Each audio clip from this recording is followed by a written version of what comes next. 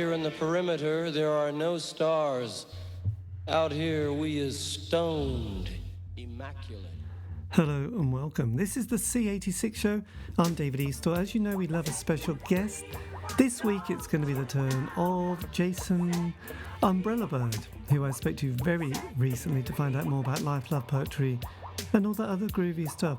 Was in the Bristol-based band called the Seers, who were around in the late 80s or mid 80s onto the early 90s, but he's gone on to do various other musical projects that you'll find out about in this fascinating interview.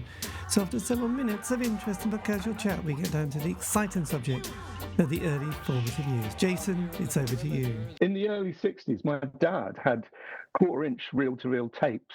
I was born in 62, and he was just a kind of a chippy, but he had lots of interests, and he spent a lot of his money on music, and he was a bit of a dude in the 50s. And when I was born, he had loads of Beatles tapes, and he had all sorts of things like Frank Sinatra albums, West Side Story, all that kind of stuff. But one of my first memories is listening to the Beatles, sitting on a stool and basically just singing Beatles songs. And he used to record me. And I've got all these tapes somewhere, but I haven't managed to listen to them because it requires a reel-to-reel. So my first musical kind of memory is basically the Beatles, yeah. God, well, that's good. I do remember seeing those Beatle films, and obviously the Monkees and the Banana Splits, which had a massive influence on our lives. Yeah, no, I'm talking about quarter-inch reel-to-reel tapes of albums. Yeah. So where did he manage to get them from? I don't know. I grew up in Brentwood in Essex, and yeah. And did you have any older brothers or sisters that sort of gave you any? No. The thing was, my dad died when I was 4. He died in a bizarre building accident, and kind of left me and my mum with kind of nothing. And all I had of him were these tapes. So I quickly got to learn how to put the tapes on spools and use the tape machine, which was in a big radiogram. And so I had that. That was my connection to my dead dad. And but after a while, I lost interest in school and everything. And then come the early 70s, that's when I had my own sort of musical epiphany, and I bought Crazy Horses by the Osmonds. Yes, that was my first single. It was that sound, wasn't it?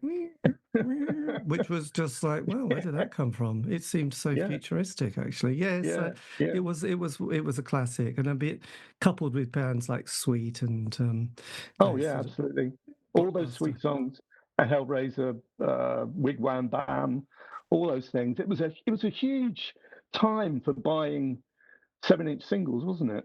Yes, I think, was it the Bell record label? I don't know. It was one of those. I don't know which label it was, but there was one that was particularly good. And there was also that producer, Mickey Most, who was also the sort of go-to chap. I mean, it was just, when you're sort of, I was between the ages of, 6 to 8. So, yeah. And then seeing Alice Cooper, or just hearing Schools Out for Summer, and just thinking, this is it. This is absolutely amazing. So it was I kind of lost interest in music after the sort of mid 70s. And I wasn't sitting in front of, the television watching Top of the Pops with Mick Ronson and David Bowie. I think I was probably doing something else, or I might have been kind of like ogling Susie Quattro or something like that. But that was pre-Bowie, I think. And then I think I had an elder stepbrother. My mum remarried, and I had an elder stepbrother who had quite good taste in music, although that left him after a while, and he started buying things like Phil Collins. But I remember him buying the first Pretenders album, and that's just the best album in the world. Yes. As far as I'm concerned, it's just an amazing album. It got stuck in my car a few years ago, and I just couldn't get the CD out. And I just thought, oh fuck it, that'll do. Yeah, I know, and that's amazing. Was it 1979 when, well, just seeing, or hearing Brass in Pocket and then Kid and Mm, Stop Your Crying and mm, yes, and I think she which also is amazing. swears in one of the songs, doesn't she, as well, She which does, always seemed yeah. very rebellious. But I mean, she was just like, wow, this is amazing. Yeah, Chrissy was just, I do remember that moment it was a school bus, and you'd just hear that, and then Top of the Pops, and it was kind of mesmerizing. Just, yeah, out of that. So then when you got to 16, which was probably about 78, did you leave Yeah. school at that stage? Oh, yeah, I stayed on the sixth form for a little while and did a bit of art. I was Right. doing, and we organised a school trip to go to the Ilford Odeon in 1978 Yeah. around Christmas time, and we saw Ian Dury and the Blockheads at the Ilford Odeon, and it was like the best thing ever. It's one of the first proper gigs I'd ever been to. It was really near Christmas. Hit Me With Your Rhythm Stick was out, and Yes. I was in the circle of the Ilford Odeon, and everyone down the front in the stalls are pogoing up and down to, I don't know, Black Metal Man or Plasto British or something like that, and the stalls collapsed, and everyone sort of fell down the hole. You can go on YouTube. There's an audio of it called "Straight from the Desk," and you can hear Ian Dury going, "Oh, you little monkeys! Look what you done! Look what you done, you little monkeys!" He's like, "Don't fall down the hole! Don't fall down the hole!" And I was at that gig, and I'm really glad that it's on YouTube and you can listen to it again and again and again. It's God, that's brilliant. amazing. Yes, because I remember when they did a collect compilation, didn't they? Was it five live stiffs, which was a sort of a package tour they must have done during that Right, time. And I right, think that was right. I think that was recorded at the UEA, and that featured obviously all those artists on, well, most of them from Stiff Records, which Yeah. was, The support band that day were Alberto y Trios Los Paranoias that night. I only ever saw them once, and I just thought it was the best thing ever. yes. Yeah, that God. changed my life. Well, yes, even you just when you're getting old when you decide you don't want to watch a support band, but when you're at a certain age, the support band were just like, I might discover something amazing here, and yeah, Yeah, it's always nice. It's amazing. I yeah, they remember, were okay. yes, well, that's all good. So then, when you finished art and A levels, your early Mhm. '80s, how did you? Oh no, Was music on your it's radar at this stage? it's yeah, it's terrible. I was into I started growing my hair, and I started playing music and singing in a band at the local village hall, and we formed a sort of like I met up with one of the local um, lads who had a guitar, and he said, "Oh, come over. I've got a guitar." I said, "Oh, I can sing." So we just started playing music, and then we got a band together and went down the village hall, and I started writing songs for them. But it was very kind of like new wave of British heavy metal. That's what it kind of went into, because I started going out and seeing bands like Angel Witch and in kind of the Ruskin Arms around sort of East London, and Right. I was into that, and I sort of got into heavy metal, like things like Rainbow and Deep Purple, and of course like Led Zeppelin. As soon as I was introduced to Led Zeppelin, I just thought, oh, this is great. And then I saw Led Zeppelin in '79 at Nebworth, and it was like, oh my god, this is fantastic. But Yes. Well, yeah, and I shortly must after admit that, the heavy metal thing, because I had an older brother who was mostly into prog rock, but he did have sort of a Deep Purple, Black Sabbath, and Richie mm, Blackmore's Rainbow, which I thought was Kill the King, was still one of the most exciting songs oh ever. yeah, yeah, And absolutely. and then I also liked Since You've Been Gone as well, which is Uh-huh. and Yeah. I mean, I know it's. I mean, I know. I love when Richie talked about that when he wanted to kill the singer because he'd cut his hair. It's still one of the fun. And actually, I was so intrigued. I actually did an interview with that. Is it Graham Bonnet who was the singer at that Yeah, particular? that's right. I think you're right. Yeah, yeah. It But it wasn't. was Yeah, just so I funny don't know that. where Dio had gone, but yeah. Yeah, I mean, I suppose the Rainbow fans or Richie Blackmore fans would have probably hated it, but I was, I don't know, 15 at the time, and Since You've Been Gone, Yeah, so yeah, incredibly yeah. exciting. So, No, pre that, the Long Live Rock and Roll album, like you said, would Kill the King on. That was incredible. I bought that album and I listened to it all the time. I really liked its style of singing. It was quite powerful, and and the guitar playing, and it's just like an extension of Deep Purple, which I really really liked. I And think we I had, actually got into bands like Rush as well, and yeah. I was quite into that. God, I even liked Scorpions at one stage, just confession time. I mean, That's right. yeah, I love, I love I that. mean, Rush Yeah. was, Bastille Day was just a great song. Yeah, but I mean, it it's was, kind of all a bit frowned upon now in kind of retrospect. But I actually went to see Rush twice at the Hammersmith Odeon, as it was called then. I have no idea what it's called now. I went in '78 and I went in '79. And in '79, I think it was a Permanent Waves tour. I queued up backstage on the stage door, and they let us in, and I actually got to meet Rush, and they signed my program, which I was very happy about. I still got it. wow, that is, yeah, I mean, that's quite impressive. I know that, yeah, they were one of those bands. Again, it was just, I don't know.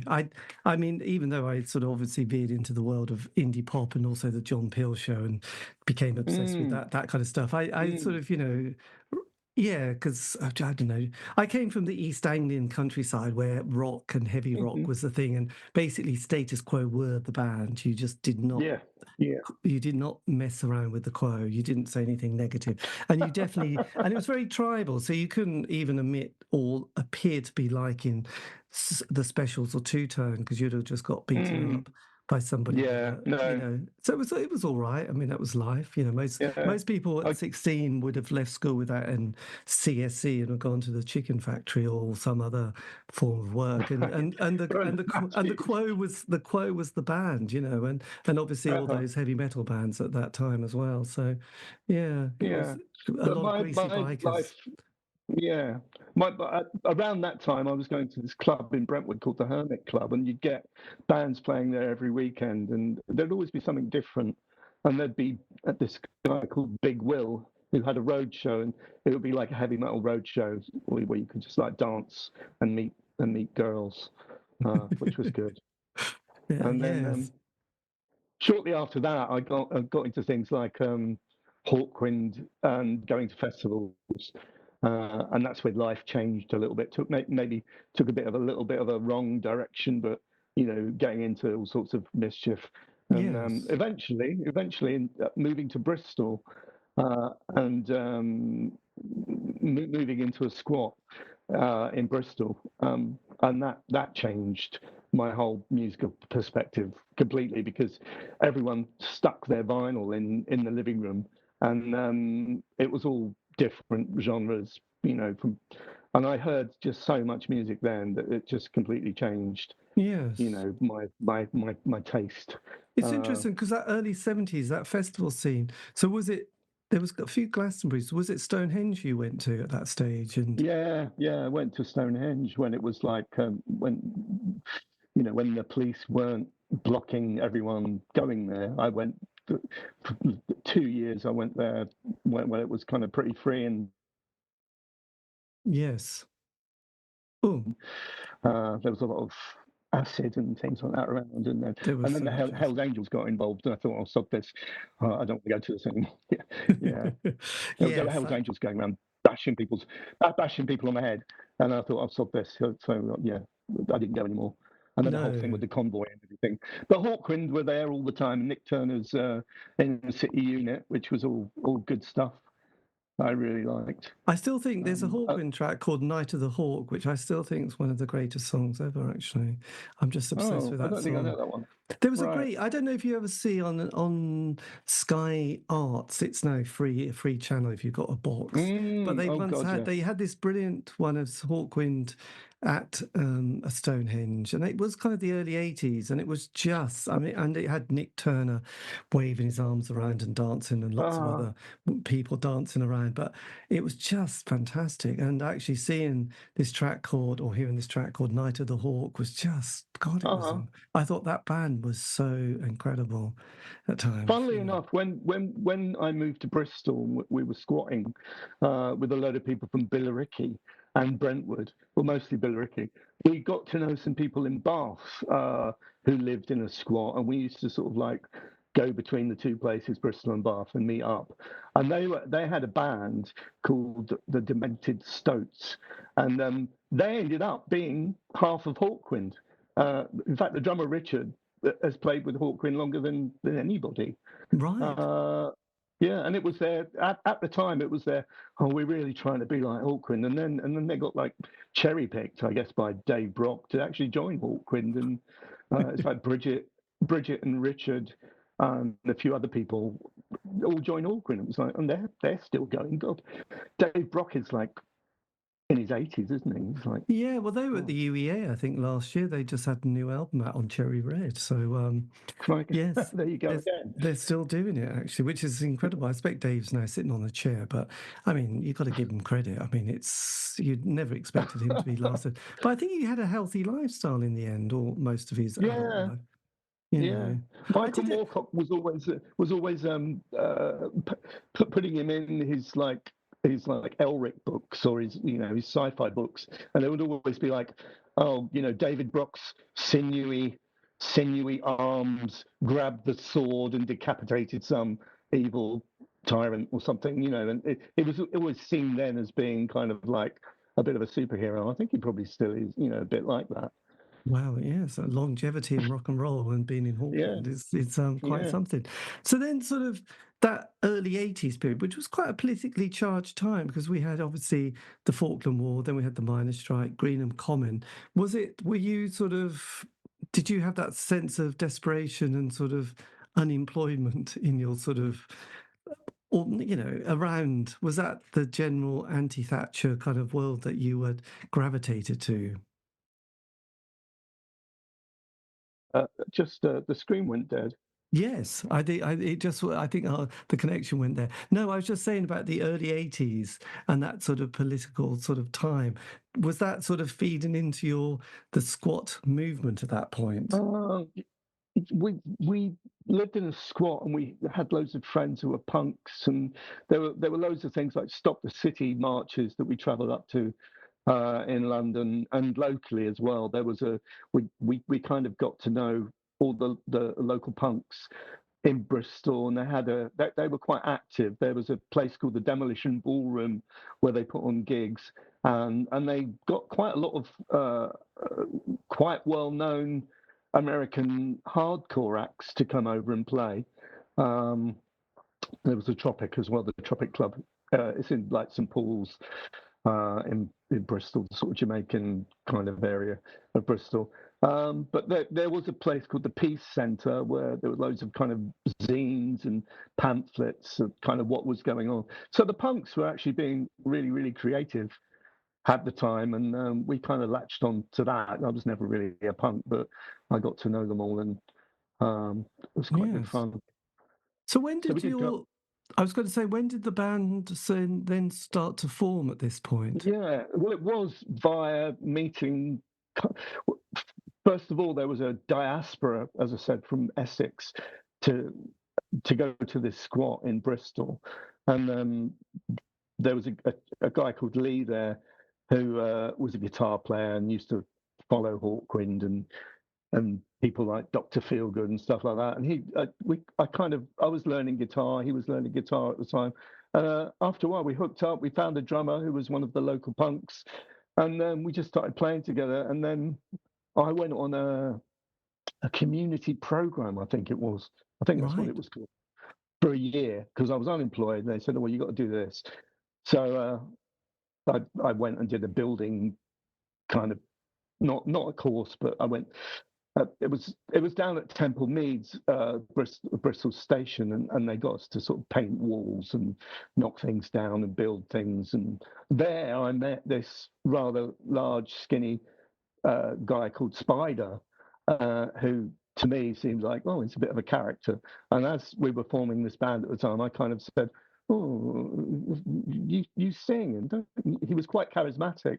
Right. And I thought I'd invite him along to a rehearsal, and he came along, and we had another singer at the time, but he was just about to go into prison, and sort of Spider came, and we just managed to grab another guitarist from somewhere who was a friend of a friend, and we formed the band, and yeah, we just started playing around Bristol. Yes. And was there a kind of a reggae scene around Bristol at that time as well? Yeah, huge reggae scene. I mean, I lived in St Paul's for quite a long time. There were bands like, oh gosh, Was it the Rhythm Knights? Were they from Bristol? that rings a bell. I'm not sure. Were they a reggae band? They There sound was like a reggae band. they yeah, they might. Yeah, they are reggae because they were on Southern. They were on. They recorded at Southern Studios or Hmm. one of those label places in London. And I just remember getting one of their albums, which I thought was just absolutely stunning. Well, And there there were was always loads of bands playing, loads of reggae bands playing Bristol. Like Misty and Roots and Talisman. I don't know. I'm not quite sure. there was a bit of a roots reggae world at that time, wasn't there? Because there's like Aswad and Burning Spear, and you mentioned Misty and Roots, and it was a bit of a glorious time, really, wasn't there? And obviously, further across there was UB40, but they went in a different direction, really. So I don't know. I just remember the that circuit of sort of live music was quite amazing at that time, and obviously Sly and Robbie, but they weren't from Britain. But yeah, it was. Bristol. Yeah. Yeah, So no, there was a scene, and there was a place in Bristol called the Western Star Domino Club, where, as the name suggests, it was a place where people played dominoes, which was a very, Jamaican sort of thing to do. So there would always be that kind of music playing in the background. And I think a lot of the Bristol punks, like pretty much all over the country, they were also into sort of like roots reggae, weren't they? And it really yes. influenced a lot of the punk bands like Ruts and bands like that, I guess. So it's the Clash. Yeah, they had a certain amount of. They covered a few reggae numbers. Yeah, and it was just part of the scene. I mean, especially I don't know the whole ethos of that '80s period of living. It was just, and also I don't know. There was the festival movement. There was the travelling convoy, wasn't there as well, which was quite had expanded and had grown quite large at that point. And it wasn't until the Battle of the Beanfield when it all got Oh, slightly destroyed by um, yeah. the police and stuff. The '80s was a bit of a sort of interesting and wild time at that Yeah, moment. there were a lot of people from Bristol that were involved in the Battle of the Beanstalk. I've got a friend called George whose bus was completely smashed up in that whole scenario when that happened, and there were quite a few photos taken of people that I kind of knew from Bristol that were involved in that horrible.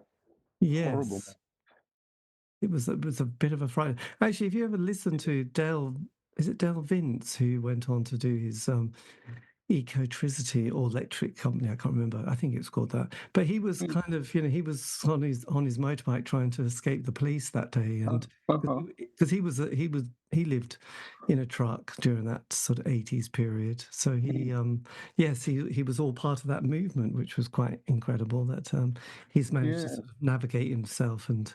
I knew a few people on the convoy. One year we all went up to this place in Manchester called Deeply Vale, and there were a load of convoy people up there.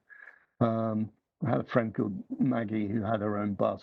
She was very posh, and she put her money towards buying a bus, and then they all went off to TP Valley in Wales. A lot of them kind of like that's where they used to hang out, I think. Yes. Have you ever heard of that place? I have heard of TP Yeah. Valley because I was kind of, part of that hippie new Mhm. age kind of world. So you sort of got to know little places and areas. And there was a lot of people living in kind of woods and hedgerows, didn't they? And TP Valley was quite sort of prominent at that point. There was a few new age. There was a place in Scotland called Findhorn, and there was another one in Oh Devon. yeah, yeah, There yeah, was one yeah. in Devon, which also was doing a lot of alternative stuff. And it all seemed at that time exciting and optimistic, or at least, yeah, it could all be magical. So, yes, but Mm. because also I went to a few events around there I think it was an event called Dance Camp Wells, which had quite a lot of people All from right. TP Valley there. Uh-huh. lot of kids who were quite feral at the time, I think. Yeah. I mean, Yes. my kids and my kids are now 23 and 27, and we'd never had any money really due to our lifestyles, but we actually discovered this thing called Rainbow Circle, which is a bit like your dance camps and things like that. So we've actually been on quite a few of those little kind of Yes, retreat I've been on places. I've been on some Rainbow Circle events. That was with a guy called Sid. He's passed away, but he was like referred to as the king of the hippies, Sid Sit Rules. rules, yeah. Yes, and he was kind of part of that whole thing. But they ended up squabbling so much amongst themselves. I couldn't, Uh, they'd have these yeah. meetings in the morning, and you'd be there, and they would Pass the just go, talking stick around. "Oh, the talking stick." I mean, you'd want to take your own talking stick after a while. I just lost the will to live. Actually, Yeah. they had so many grievances amongst themselves. It I was like, know. I had it's- actually had a fight in a teepee once. We turned up at this Rainbow Circle event, and I normally just sit around drinking coffee and playing guitar. But that evening, we went into this teepee, and my wife was doing this thing called chakra chanting. And I yes, sat, which I really really like. It's great. It's an American Indian kind of like chanting, honing in on your chakras. But there was a fellow there whose mate, who was part of the site crew, had died a couple of days beforehand. He was completely drunk, and he started insulting everyone in the teepee. This is bizarre. There was a fire in the middle of the teepee, and my wife was doing this chanting, and he got up and he was basically calling her a Nazi, and I got up and I went, "Sorry, what?"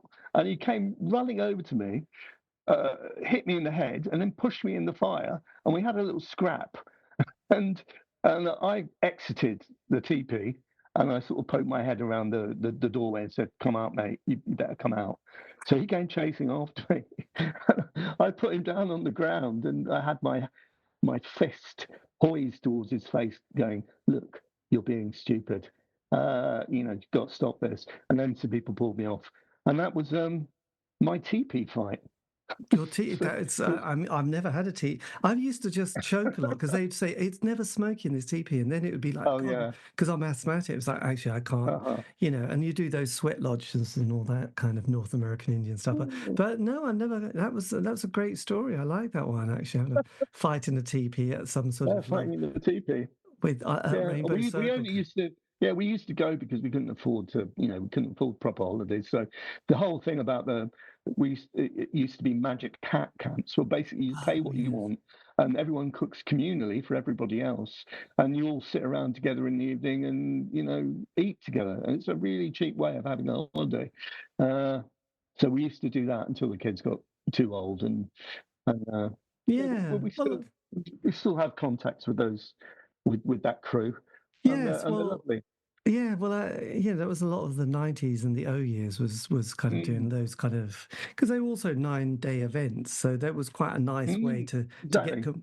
completely away from everything. You sit around, Mm, you'd have your life around the fire, and mostly it would all work really well. There was a couple of moments and a couple of weird people would appear, but it was generally oh all right. yeah.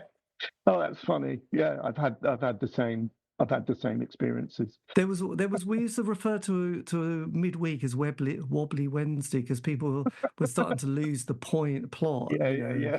and wobbly Wednesday seemed to be quite a kind of, oh God, everyone's having a bit of a wobble, and then it would patch up, and then at the end of the week we'd all go home. But yeah, it was quite a kind of interesting kind of flow during the week, and yeah, we've got fond memories and used to do all that kind of stuff, and Uh-huh. Was that but with you and your part family? no, just well, No, partner. We did have oh, right, your children, partner. Right, right, okay. but yeah, we were very committed. I've got quite a lot of alternative books on it because East Anglia, funny enough, God, I tell you, Mm. used to have lots of fairs and festivals called the Albion and Barsham fairs, and there was Oh, one okay. particular book called Right, right, right. um, The Sun in the East, which I mean that was from like 72 onwards, and then until the early 80s. But then the convoy kind of Hmm. wrecked it a bit, really. So then people started putting on these longer camps and Rainbow Circle, Dance Camp Wales, Dance Camp East. Oh, do you know Um, Gary? He used to do drum camps. yes, because he lives in Norwich. Yeah, exactly. Yeah, He still does them. He I still does think them he in does. Yeah, Yeah. because I've got a very, I've got a group of friends that know Gary and go to all the things like drum camps and dance camps and WOMAD. They do site crewing for that's right. WOMAD, and we used to do it with them.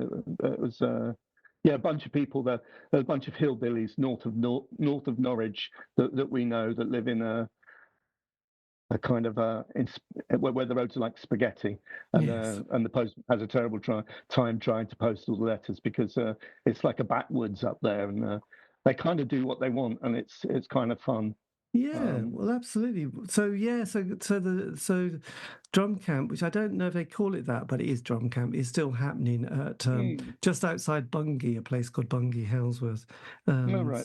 So if you ever want another weekend away, it's normally good weather. It's a lovely site actually. So Hmm, hmm. yeah, it's I quite think I've interesting. been to one, but I can't remember where it was. But I have been to one or two maybe up there. Yeah, they Because used to be. our friends used to do the site crewing and the catering and things like that. Uh, and I think maybe Gary, who did the drum camps, probably organised them. It's just a group of friends that spend their summers doing stuff like that. Really. Yes, well, Gary's, I mean, he's getting on now, but he still does bits and pieces in Norwich, which I sort Mm, of get to sort of hear and hear. Yeah, he's very good on his kind of world music, isn't he? So look, indeed, yeah. back to the rock and roll world of the 80s. So So we God, look formed at a band. So we formed a band. I love the fighting in the teepee. I have to say, this is a first. I've never um, did and benders. Jesus, people love Oh those God, benders. yeah, yeah. So We made impractical. benders. I know how to make the bender. Oh. I've got Yeah. a leaflet how to do a bender, but I couldn't be Uh-huh. bothered. Anyway, yes, the band. Look, how did the band come together? Well, like I said, there was a diaspora of various people from Essex. We all met up in Bristol. Then we met some Bristolians. We formed a band. I met Spider, the singer, at this community program work thing, which I had to do for about a year. We formed a band and we started playing gigs around Bristol. And then we met a character called Phil James, who was a Londoner who'd come down and run clubs in Bristol. And he lived in Camden. So he'd get us some gigs up around in town. And one of the first things I remember was Robin Hitchcock coming to see us. We played some place in Camden somewhere, and it was like, oh, there's Robin Hitchcock. And he came and saw us. And I think our name got to Jeff Travis from Rough Trade. Rough Trade, I yes. think I think he came to see us, and around that time we'd been doing, we'd started to record. We'd found some little studios in Bristol where we could, pay a few quid and get some recordings done quite cheaply. And we made a demo tape, like the demo tape I said that somebody had found in Norfolk and sent me a picture of. That was one of the first demo tapes that we'd done at a place called E Plus. Right. Um, which was a little studio where most people could, chuck the producer and sound engineer a few quid and you could record something. So we made a little demo tape, and I guess that must have got off to Jeff Travis, and he said, "Oh, I'll give you some time in the studio in London," and that's where we first went to Greenhouse Studios, which was run by Pat Collier. Oh my God, Uh, Pat. My yeah, God, the yeah, famous. Yes. I know. Yeah, well, he died a couple of years ago. Oh, that's right. Yes. Unfortunately, he was a lovely, lovely, lovely man. And around that time, he'd been doing Robin Hitchcock actually. Peter Buck had played on an album with Robin Hitchcock, and Greenhouse Studios. We got some time in the. There were two studios there. There was I think a 16-track one downstairs, which we were recording on, and a 24-track one upstairs, which was bigger and for the posh people like the Wonder stuff. So we started recording there, and we did about 3 or 4 songs, I think. And Jeff Travis said, "Yeah, okay, that's the single. We'll put that one out." And it was this song called "Lightning Strikes," Yes. and that was our first single. Blimey. So that was Uh, 88. So you'd yeah, been so during that sort of like from 84 to 88, were you just kind of playing live and just Well, we only really formed the Seers around 86, I think, maybe 85, 86. right? And then we were just playing around town and just, experimenting with doing some recording. We used to rehearse at a place called Antenna in Redland, which was owned by this group of people called the Startled Insects, who went on to become part of Massive Attack. And Oh, they had Bob Locke and Tim Norfolk. Most of the Protection album was kind of some of them, the Startled Insects, doing or collaborating with Massive Attack. So yeah, we were just we were rehearsing there and getting our name about. And as I said, we met a guy who decided to manage us prior to this guy Phil James managing us. We had a manager called Dave Darling, who was a local impresario. yes, with a name He like took, that, Dave Darling. he That's took, very he took us under his wing, and then we kind of left him and said, "Well, we found someone else." So we got up to London. We started playing, places like the Dublin Castle and playing with bands like Loop, and eventually like the Wonder Stuff. And then we got on a tour with the Wonder Stuff. I'm probably leaving loads of things out, but yes. Did you?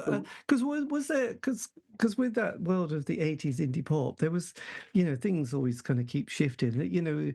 I mean, I have to confess here. I know such a confession. Yes, the Smiths came along 83 to 87. So indie pop, there was a kind of a definite wow. The NME, Melody Maker. It was all, the alternative charts seemed to be very exciting, didn't they? There was all those bands like the Primitives and the Mighty Lemon Drops and Darling Buds and the June Brides. yeah. So Well, did indie pop sort of yeah, come June into your Brides, yeah. orbit at that stage?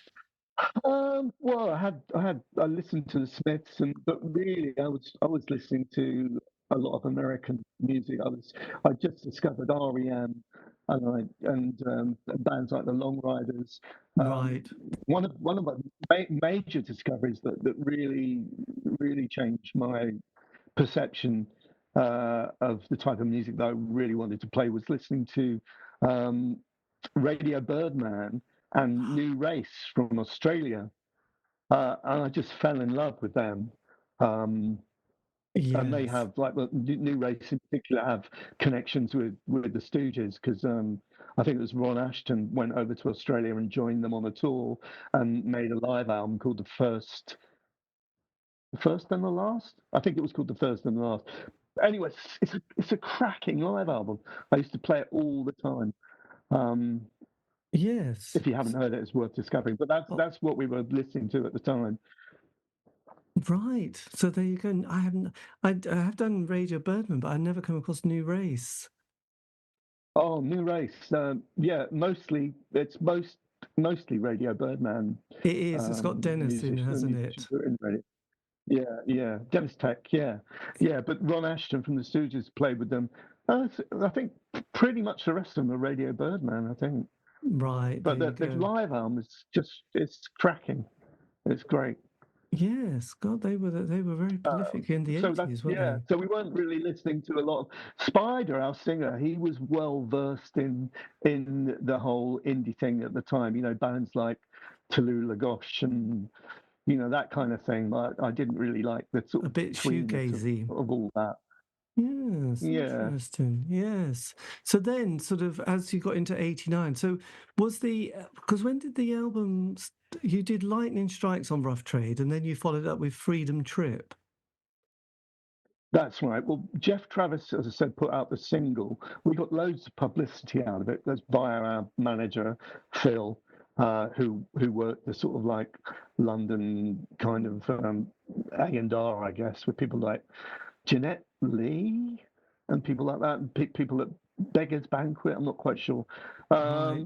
And he managed to get us a deal with a subsidiary of Virgin called Head, HEDD. So they actually shoved us some money, and when we made an album with this subsidiary label, but then it all went awry.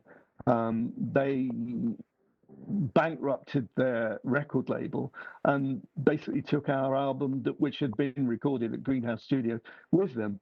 And we couldn't get it back for nearly a year, and that kind of stopped us in our tracks, really, because we actually started to get quite a lot of publicity and stuff like that.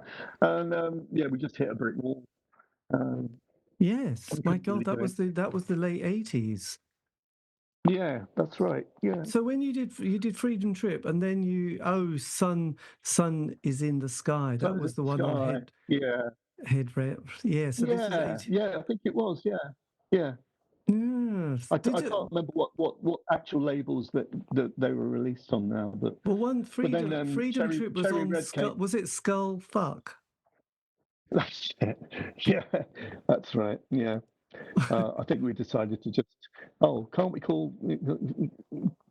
just have our own label, but we'll just call it something else, or release it on Virgin or Cherry Red or whatever it was, and just try and make it kind of pretend that we've got our own label. I think that was the idea. Did that sort of musical shift that started to happen in the late 80s? You had bands, I mean, not Tallulah, gosh, but you had sort of the I don't know, My Bloody Valentine, you mentioned Loop. Then you had 4AD bands like I don't know, the Pixies, and the Throw Muses, and then we had obviously Bleach, the first one from Nirvana, on Sub Pop. Yeah. Did sort of that grunge scene start to, Dinosaur Jr. We'd had and bands like the Buttholes and Sonic Youth. Did that sort of come into your sort of consciousness at that stage? Yeah, it did. In fact, we supported the Butthole Surfers at Brixton Academy. That was a strange gig. Right. It was absolutely mad. I think there was us, the Seers. Primal Scream went on first, and Bobby Gillespie was rolling around on the floor. We went on, and then Butthole Surfers played, and they had a naked dancer, and they had a projection of someone that looked like they'd been involved. Their genitals had been involved in a track accident, and were having them sewn back on again. But I think it was probably just like a sex change or something like that. But it was bizarre. And they had loads of fire on stage. And Gibby, the singer, was just running around like a complete lunatic. And that was just like the baddest gig I've ever been to, I think. Wow. Yeah. But I mean, I'd heard Bleach. I actually owned a copy of Bleach by Nirvana, and I was quite into the Throwing Muses as well. And around that time, I think we were still a band at that time. We hadn't split up. Yes. And maybe our first album had been released on Cherry Red, and then we kind of tried to get the ball rolling again. And we did manage to get it going for a while. One of the first things that we did, I think, I'm not sure if we'd released an album when we toured Europe. We somehow managed to get a tour of Europe with the Ramones, the Stranglers, and the Godfathers, and we were like fourth on the bill for a lot of the gigs. But some of the gigs, it was just us and the Ramones. But it went out as a sort of package, and we played all over sort of like Northern Europe with the Ramones headlining, the Stranglers, the Godfathers, and us. And that was kind of like, this is great. Blimey, I guess, yes. Yeah.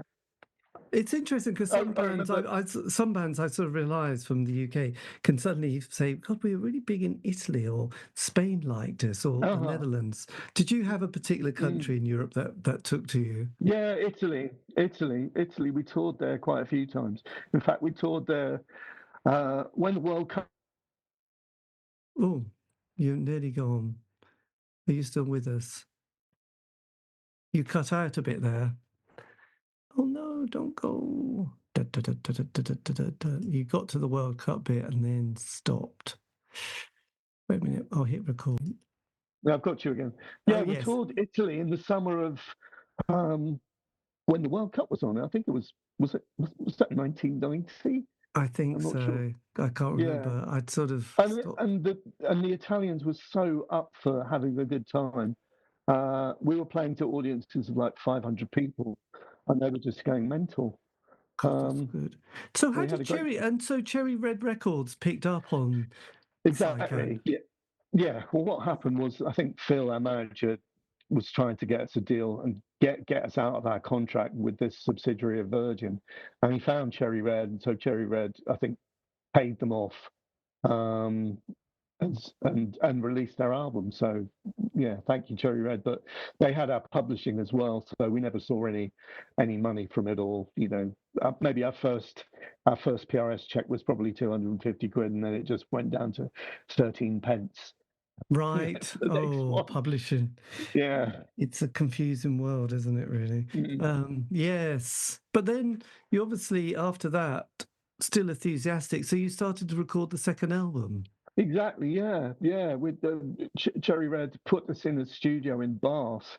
It was called Koh-San with Nick Tauber, who'd done Toya and Marillion, and you'll see him on these Sky Arts programs. There's a talking head, and every time I turn on the Sky Arts program, I see Nick Tauber, and I haven't got any time for Nick Tauber.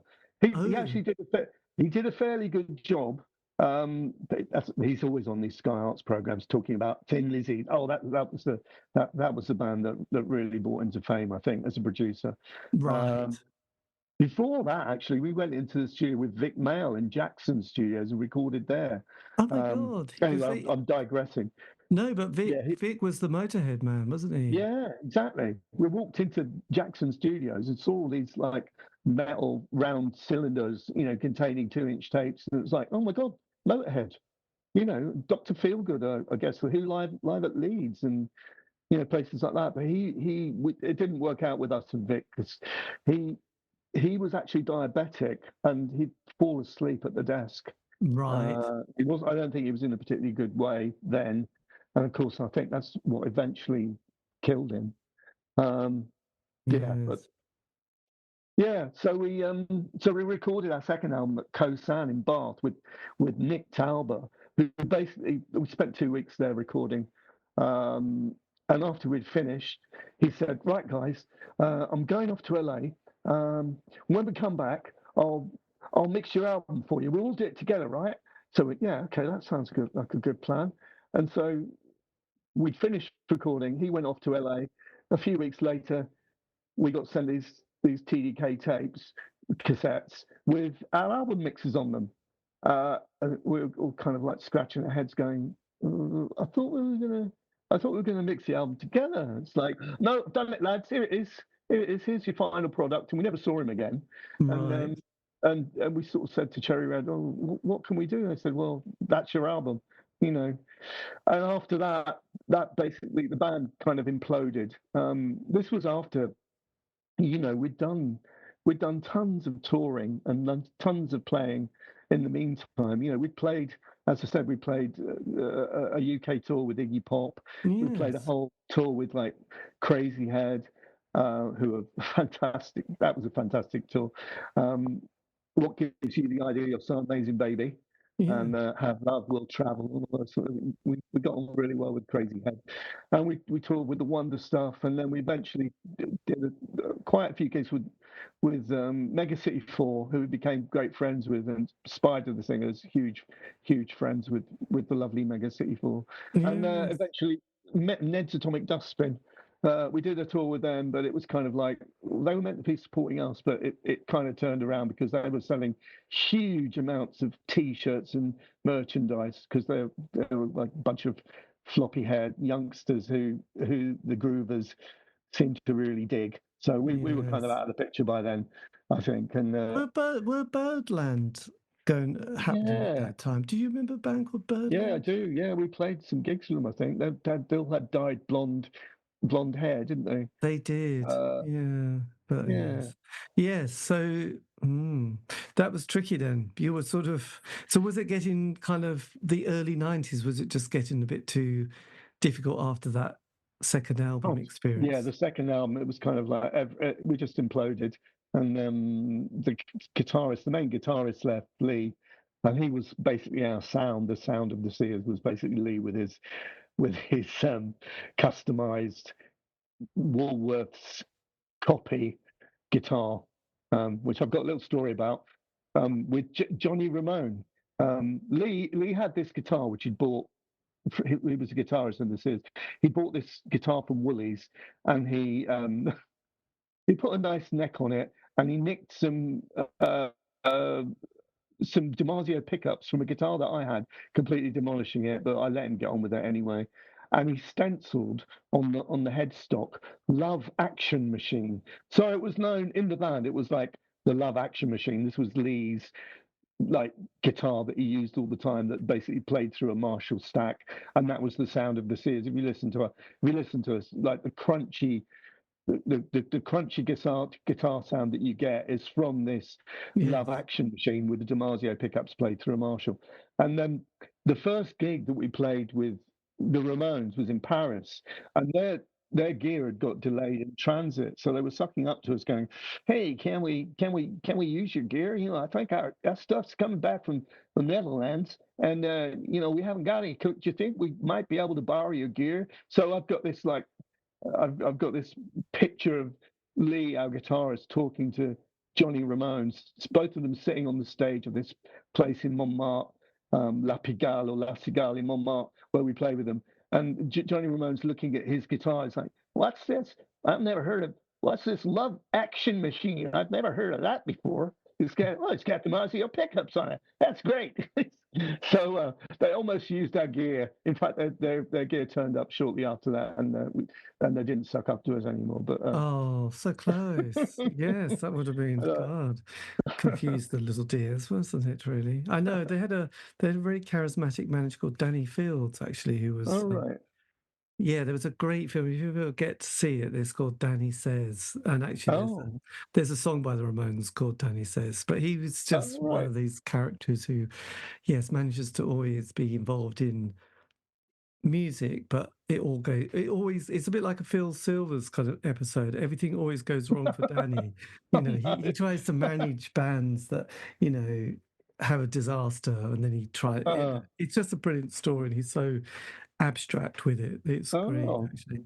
So yeah, so all right. you were touring with Iggy, you toured with the Ramones, obviously, Yeah, but then 90, was it 91, Leigh leaves. Do you replace yeah. him at this stage? We do. Yeah, we replaced him with a local guitarist called Nick Worms, who was fantastic. He looked the part. He had long dreadlocks.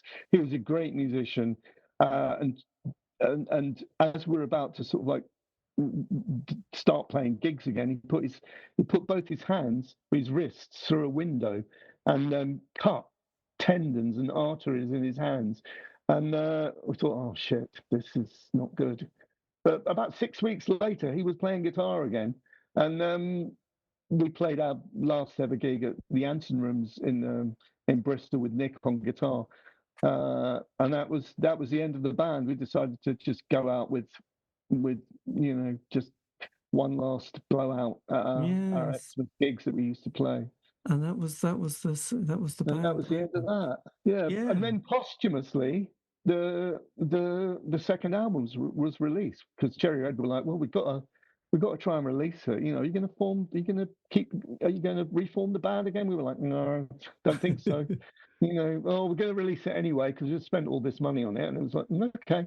So I put a lot of effort into getting that together. Uh, yes. And uh, have they ever been reissued, the albums and bonus tracks? no, no, no. Not many people have heard either album really, but the second album especially, Peace. It's called Peace Crazies, which, as I said, was produced by Nick Tauber in LA, probably with a bunch of Bolivian marching powder stuffed up his nose, allegedly. Um, Yes, but it he was was. that kind of character. When I see him on these Talking Head Sky Arts music shows now, I'm like, "Oh yeah, Nick Tauber, I know what you're up to. You know, I Well, know I what you've guess been up to." I know it was. Yeah, I did interview with some. They did a book called Buzz Me In. It was about a studio in LA. Which was the studio? I've got the book inside the Plant Studios where they recorded all the classic albums from the 70s, Yeah, and it was just right. like it was just like there was always kind of cocaine all on the console all the Yeah, time. yeah. But it was one of these ones where they had bedrooms and mirrors on the walls and mirrors here and mirrors on the ceilings, and it was Mm, just like it was a very debauched scene in LA during that time. I think it right. was awash with money. You know, it was the sort of Yeah. Fleetwood Mac and the Eagles period. So Mm. yes, it was. So, so Nick mixed it in LA, apparently. I mean, we've no idea where he mixed it or what he was on when he was mixing it. But he sent it back, like I said, and said, "Well, here's your album, guys." And then that's the last we heard of him. And then we once it was presented to all the members of the band, most of us just went, "Oh, that's not very good, is it?" I mean, I've actually now that I've lived with it for 30 odd years, maybe 40 odd years, no, 30 odd years. I kind of think it's quite good. They did a fairly good job. Um, the bass is right up there, and you can hear the guitars and the drums and everything. Everyone else in the band was, well, not everyone else, but everyone was kind of saying, "Oh, it's mixed still wrong. It's mixed in doubly." Doubly was it? Yes, and now you think actually he was right. We got it just right. We should have stayed in. God, I know, I know. I mean, I listen to the second album more than I do the first album. I think it's got some really good songs on it. What can you do? What can you do? I know it's tricky. So then, what? How do you navigate then after? You know, that was like 10 years of squatting and being in a band. So how Yeah. do you navigate your next period then? Oh well, as soon as the Seers split up, I was asked by another band to be their bass player, and I joined a band called Me, who were part of the Moonflowers whole pop god family. I don't know if you know the Moonflowers, the legendary Moonflowers from Bristol. No, moon. You God, this is don't. terrible. Moonflowers, Oh, right? the Moonflowers. In fact, they were legendary in Bristol. They played the local Ashton Court Music Festival completely naked once, and everyone loved them. They were hippies. They played stoner rock. They they um, they played Glastonbury. Played one of the second stage at Glastonbury. They were all about love and brotherly love and getting stoned. But they had Wow. their own record label, which was supported by um, Bristol had a record distribution or music distribution company called Revolver, and they basically financed Sean Moonflower's Sean Moonflower's band, really, the Moonflowers, which in turn supported his like record label. He had a record label called Pop God, Yes. and the band that asked me to join after the Seers, asked me we're not really signed to Pop God, but we released some albums on Pop God, and Me were actually really really good. They were going around the same time as the Seers, and I always thought that they were better than us because there were three Irish. Three guys from Belfast, an English guy, and they were really good songwriters, and they played really well together. So I Right. joined Me, and they released a couple of albums, and they've got one album which was released after I left them because I got kicked out, called Fecund Haunts, which is, if you say that in a Belfast accent, it sounds rude. Yes. It's called Fecund Haunts, and it's really worth checking out. Check It's it out. yeah, it's like they had amazing kind of Beach Boys production uh, on their songs, and they had two really really good songwriters, and a great rhythm section, and a guitarist Paul who's in a band called Three Cane Whale now, who get played a lot on Keris Matthews. Um, Right. My God, there's yeah, so so I much. joined them, then got kicked out, and then got asked to join another band with a bunch of people who from Bristol who used to be in a band called Claytown Troop, Oh and yes, Clay. I've done an and interview with the lead singer recently. oh Christian, Christian, yes. yeah Christian, yeah, I formed a band with their guitarist Ben, and another bunch of people. There was a guy, Darren, who was in the band called the Groove Farm. He was the drummer, uh, and Beatnik Film Stars. He played with them as well. Yes, all very classic indie bands from the 80s, Yeah, really. yeah. So I knew Darren from way back when we first started playing music in Bristol, and so we formed a sort of. It wasn't really a super group, but the singer songwriter, main songwriter, was this guy called Alf, who had a band called Valve with the guitarist from Claytown Troop, and they were signed to Big Cat for a little while, and they were kind of quite they were quite grungy. Um, but we Yeah. formed this kind of like Americana band called the Marys after me, the band called me, uh, Yes. and yeah, and we recorded an album and it was quite nice, but we didn't have any record interest, so we just released it ourselves. And yeah, Blimey, there's just so much here. This is like one of those kind of family tree things, isn't it? It's just coming. So the yeah, 90s was very popular, actually, wasn't it?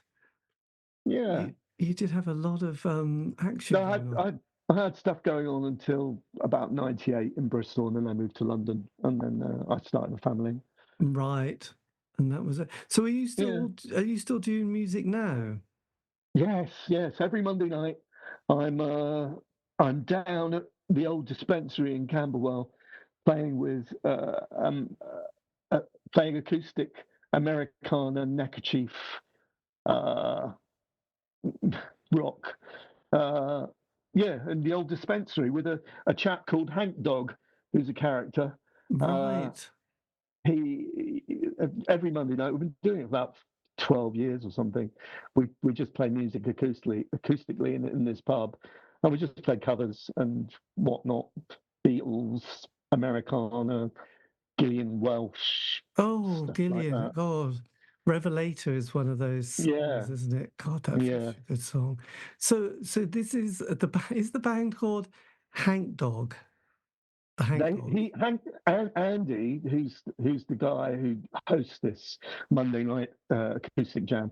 He has a band called the Hank Dogs, uh, who are great, and they released their third album I think it was last year or the year before. But they were taken on by Joe Boyd. Oh, Joe, Um, yes. yeah, and The he Incredible basically String Band and Nick yeah Drake. yeah, and he produced their first two albums, and they're really good. It's just a little three piece with hardly any percussion, just a couple of guitars, vocals. Uh, yeah, so I play with him every Monday. Um, Yeah. so they're a great band to check out. The Hank, Hank Dogs. will do. Will do. God, this is very good. So actually, so your musical moment is still sort of a regular Mondays.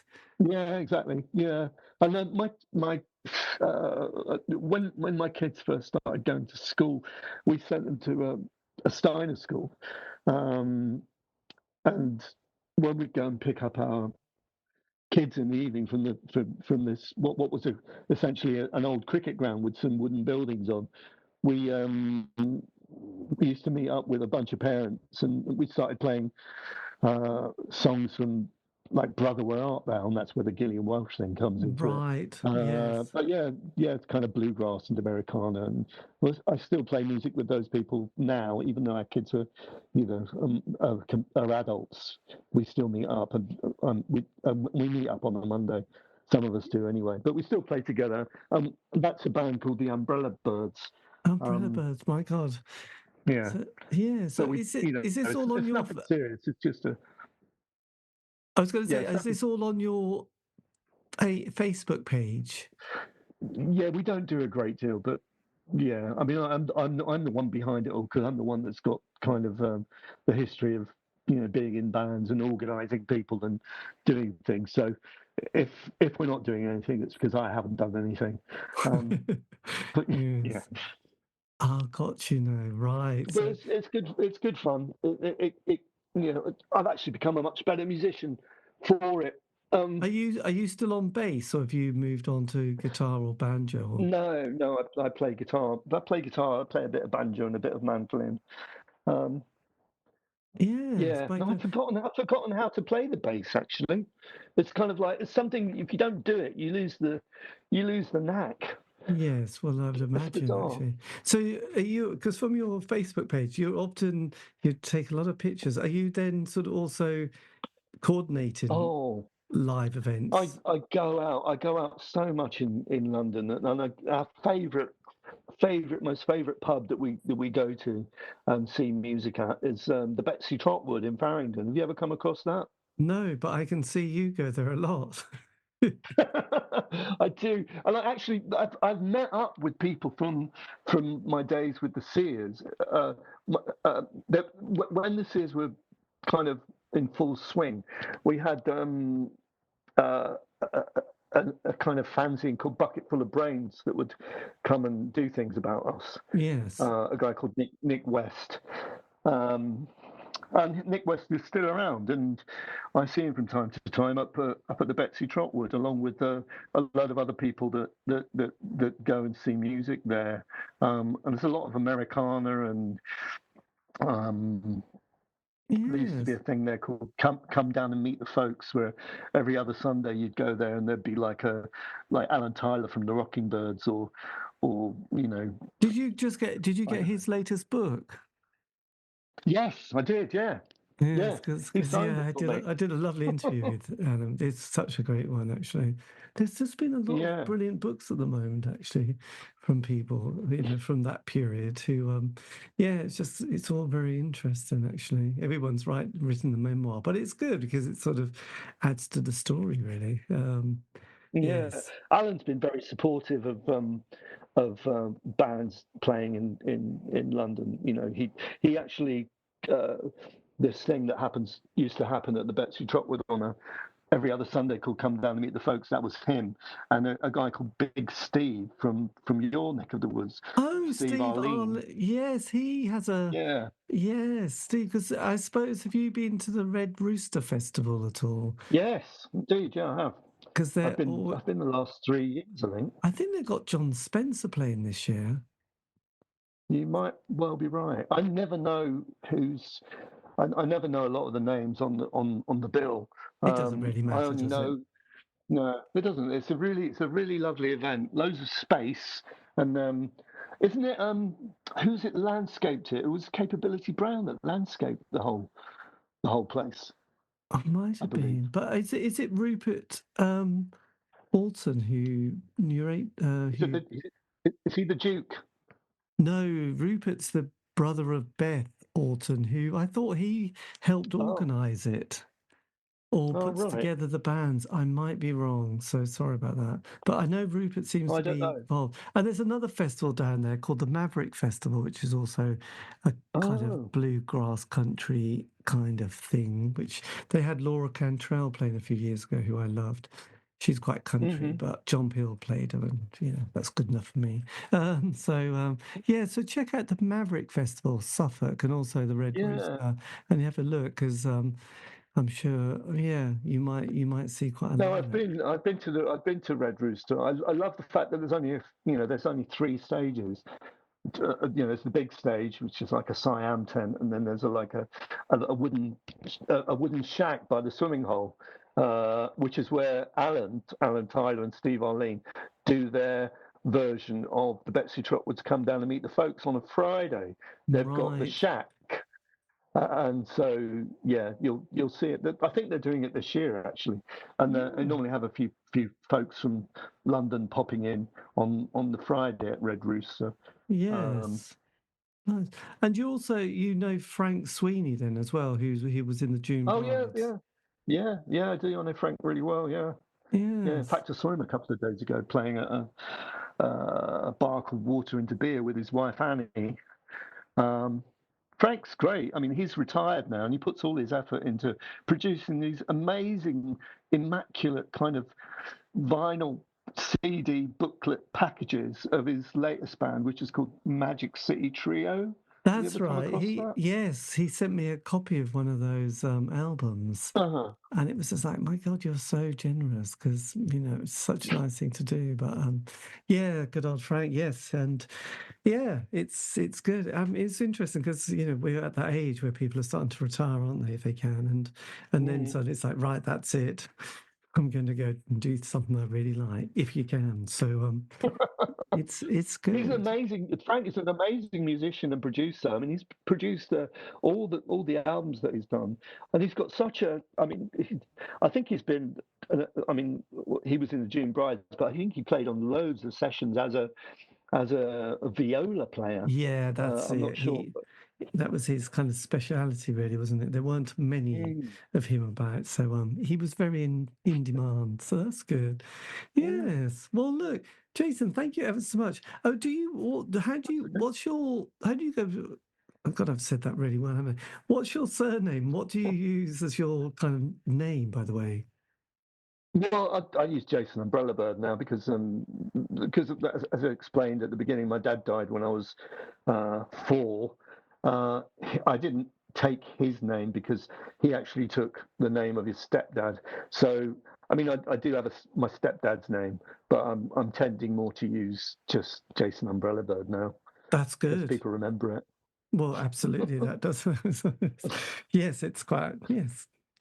And I've always loved that because as I was saying this band, the Moonflowers in Bristol, who you really should check Oh, out. yes. Sean, they were all called Moonflower.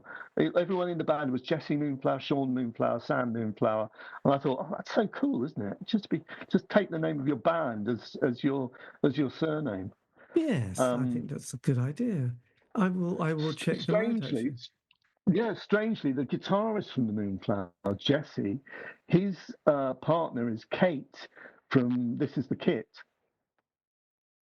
This is the kit. And This Is the Kit, who you must have heard of. Have you not heard of This Is the Kit? Oh God, this is terribly Kate, embarrassing. Kate, Kate Stables. Kate Stables. This Is the Kit are huge. Um, Oh, right, Kate Stables. but yeah, I mean, it's not first aid kit like that. It's Yes, this is the kit. Yeah. God, they've done a lot of albums actually, haven't they? On Rough Trade. My God, are you still there? Oh, you're nearly gone. I'll have to remember that. on Come again. back. Oh, you went Yeah, there I've got on This Is the yeah, Kit. So yeah. This yes. is the kit. Oh, yeah. This is the kit. They're uh, Kate is a banjo player and singer-songwriter. She's based in Winchester, but they're actually between Bristol and Paris. That's where they live. But Jessie, her partner, was a guitarist in the Moonflowers. And, you know, I guess if you don't know the certificate, you don't know, but they're great. Kate is just such a wonderful singer. Um, Right. Well, they're going to be at the Cambridge Folks Festival this year. oh, is that right? Yes. So there you go. It's all there. So they've got a few things coming up. God, there's so much music, isn't there? Actually, Mm, there it's is. good. There is so much to see. I've had to cull my music recently because I've just moved into a new place after renting for my entire life. We've moved into a share to buy mortgage, so we've got loads of space, but not any space for my CDs. So Right. they're all in boxes, probably never to see the light of day ever again. Oh, I know it's tricky, isn't it? Really, I know it does happen, but that's life. But Yeah. look, Jason. Well, thank you ever so much for this. This Well, is it's been lovely talking to you. yeah, I know some great stories there. Yeah, and it's all good. Thank you, and All right. yes, I'll keep in touch. But all the best with all your musical projects. And there Yeah, was thank another. you. Have you come across another guy? I mean, I know this is kind of going on, but another guy that I interviewed recently called Dominic somebody who also does a regular music night in London, singer, songwriter, folk. All right. Yeah, Dominic, it's not ringing Dominic. any I bells. know that does not ring a bell at all, does it? I need to give you more. Oh, because he was in various bands. Dominic Savannah, who was what was the? I did an interview because he was in a particular band who I liked, and then he just after that spends a lot of time putting on events at some place in London. I'll have to tell you what band he was in originally, and it was one of those ones that Penelope's Web, which was a sort of an 80s indie band. But I'll put a link, or not a link, but I'll post you his Facebook sort of page, and then you'll be able to then see what bands and what he does, because it sounds very similar in a different part of London, but it's quite nice when you get these little things. You think, someone else is also doing a very similar thing as well. So yeah. But look, thank you ever so much. Have a lovely evening. You're welcome. Yeah, you too. Take care. I'll say goodbye. Bye-bye. All right. Bye. Cheers. Thanks, David. Appreciate it. Thanks. Bye. And that was me in conversation with Jason, talking about his life in music. This has been the C86 show, David Eastaugh. If you want to contact me, you can on any of the other social media platform sites. And all these interviews have been archived on Spotify, iTunes, Podbean, and various other sites. Anyway, have a great week. Stay safe.